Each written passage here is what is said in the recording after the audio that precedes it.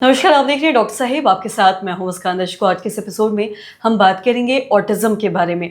हम ये जानेंगे कि जिन भी बच्चों को ऑटिज्म होता है इसका कारण क्या होता है, और साथ ही ये भी जानेंगे कि ऐसे में बच्चों को कैसे ट्रीट किया जाना चाहिए। साथ ही साथ और ये भी जानेंगे कि क्या ये जेनेटिकली भी ट्रांसफ़र होता है बच्चों से उनके बच्चों में, और साथ ही उनके साथ उनका जो ट्रीटमेंट होता है, चाहे वो स्कूल की बात करें या घर की बात करें या जो उनके फ्रेंड्स होते हैं, उनको किस तरीके से रखें, उनके साथ कैसे ट्रीट करें या कैसे बातचीत करें।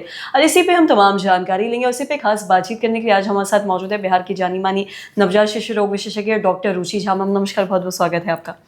मैम, आपसे अगर हम ऑटिज्म के बारे में बात करें, बच्चों में ऑटिज्म के बारे में बात करें, तो अक्सर जो ऑटिज्म के बच्चे होते हैं, उनके जो पेरेंट्स होते हैं, स्कूल के जो बच्चे होते हैं, उनके फ्रेंड्स, उन्हें ये नहीं समझ आ पाता कि बच्चों के साथ कैसे ट्रीट करें, कैसे रहे। आपसे ये जानना चाहेंगे कि उनके साथ कैसे रहा जाए, उनका ट्रीटमेंट कैसे किया जाए, और साथ ही उनकी लाइफ बाकियों की लाइफ से कैसे अलग होती है, थोड़ा इस बारे में भी आप बताएं। देखिए, अगर हम ऑटिज़म के बारे में बात करें तो ऑटिज़म एक जेनेटिक कंडीशन है।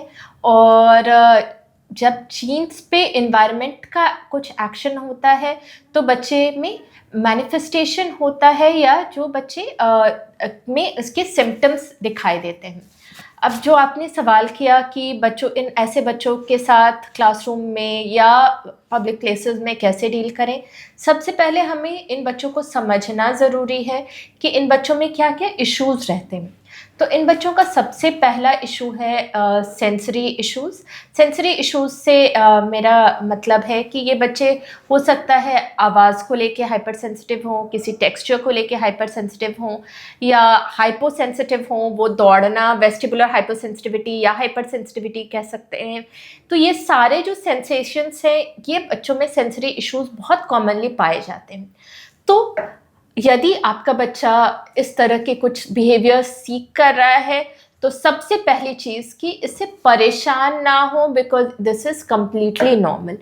अब यदि हम इसके बारे में बात करें कि हम इन चीज़ों से कैसे डील कर सकते हैं, तो ऑक्यूपेशनल थेरेपी इन चीज़ों में काफ़ी हद तक कारगर है। Second, social support. हो सकता है आपका बच्चा सोशली एक्सप्रेस ना कर पा रहा हो थ्रू लैंग्वेज, बट हमें अपने बच्चे की छोटी से छोटी हरकत पर ध्यान देना है कि आपका बच्चा किस तरीके से कम्युनिकेट करने की कोशिश कर रहा है। और यदि आपके बच्चे ने थोड़े से भी अपनी तरफ से इनिशिएट करने का एफर्ट लिया तो it has to be appreciated by the parents and by the community. Third thing, किसी सोशल सिनेरियो में हम क्या कर सकते हैं। सबसे पहले सोशल अवेयरनेस बहुत ज़्यादा ज़रूरी है। सबको पता होना चाहिए कि ऐसे बच्चे जो इस तरह से बिहेव कर रहे हैं, ये उनकी शैतानी या बदमाशी नहीं है, वो परेशान हैं इसलिए वो डिफरेंटली बिहेव कर रहे हैं। तो we have to be very empathetic towards them. हमें बहुत ही उन पे बहुत दया नहीं खाना है, बट उनकी सिचुएशन को समझना है। उनके साथ हो सके तो ऐसे क्लियर वर्ड्स में बात करें, धीरे धीरे बात करें। जितना हो सके वो बच्चे आपके जोक्स को भी लिटरल मीनिंग के थ्रू ले लेते हैं। जैसे कि अगर उन्होंने बोला कि अब फेंकोगे तो मैं दिखाता हूँ, तो वो ये इंटरप्रेट नहीं कर पाएंगे कि फादर ने या भाई ने गुस्से में ऐसा कहा है।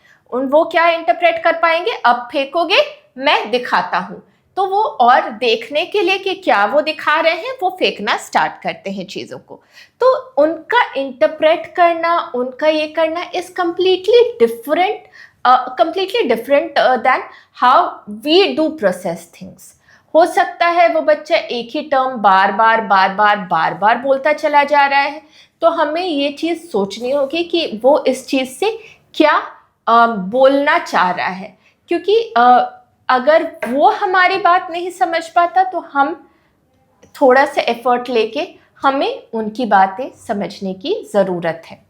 जी मैम, बहुत बहुत शुक्रिया तमाम जानकारी देने के लिए। तो आशा करते हैं दर्शकों कि आप भी ये समझ पाए होंगे कि ऑटिज़म के बच्चों को किस तरीके से ट्रीट करें, और साथ ही साथ जैसा कि बहुत ज़रूरी चीज़ डॉक्टर साहब ने बताया कि उन पे कभी दया नहीं खाना है, उनके साथ नॉर्मल ही रहना है। बस ये है कि बहुत सारी चीज़ों का बस थोड़ा ख्याल रखना है, और उनके जो प्रोसेस जो थिंकिंग है वो हमारे थिंकिंग से थोड़ी अलग होती है, तो वो चीज़ों का ख्याल रखना है और वैसे ही देखना है। और साथ ही जैसा कि ये भी बताया हमने जाना कि ये जेनेटिकली भी ट्रांसफ़र होता है बच्चों से उनके बच्चों में। एग्जैक्टली, बच्चों से उनके बच्चों में नहीं ट्रांसफ़र होता। It is a polygenic inheritance, और बहुत सारे यूजेनेटिक मैकेनिज़म्स पे काम करते हैं, विच इज़ लाइक थोड़ा कॉम्प्लिकेटेड है इन पे बताना कि जब आप प्रेग्नेंट होते हो तब जो मदर्स साइड से कुछ जीन्स आती हैं, जो फादर के साइड से कुछ जीन्स आती हैं, इन जीन्स का मान लीजिए कुछ परम्यूटेशन कॉम्बिनेशन से एक कंडीशन अराइज हो सकती है, जेनेटिक कंडीशन, विच इज़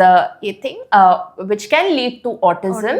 और कुछ डी नोवो म्यूटेशंस भी हो सकते हैं, यानी कि जब प्रेगनेंसी के टाइम में due to exposure to certain elements, चाहे वो लेड हो या कुछ अदर चीज़ें हों, जिनकी वजह से जब प्रेगनेंसी के टाइम में कुछ म्यूटेशंस हो सकते हैं, जिनकी वजह से भी ऑटिज्म होता है। जी, तो आशा करते हैं दर्शकों की जो तमाम जानकारी है आपके लाभदायक रही हो। तो आज के इस वीडियो में इतना ही। अगर आपने अब तक हमारे चैनल को सब्सक्राइब नहीं किया तो तुरंत कर ले, साथ ही हमारे फेसबुक पेज को लाइक करिए। वीडियो देखने के लिए आपका धन्यवाद।